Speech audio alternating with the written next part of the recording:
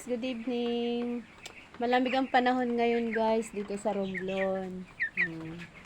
Check ko muna yung aking mga alagang broiler, 45 days. Nasa ano na sila ngayon guys? Nasa 29 days na sila. Ito sila ngayon, oh, yan.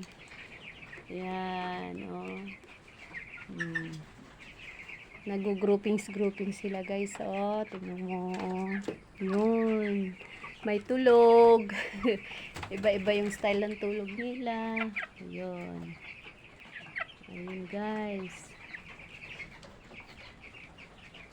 Pwede na ba itong ibenta guys? Oh, tulad niyan. Oh, yan. Oh, ito oh. Yan. Palipad-lipad pa.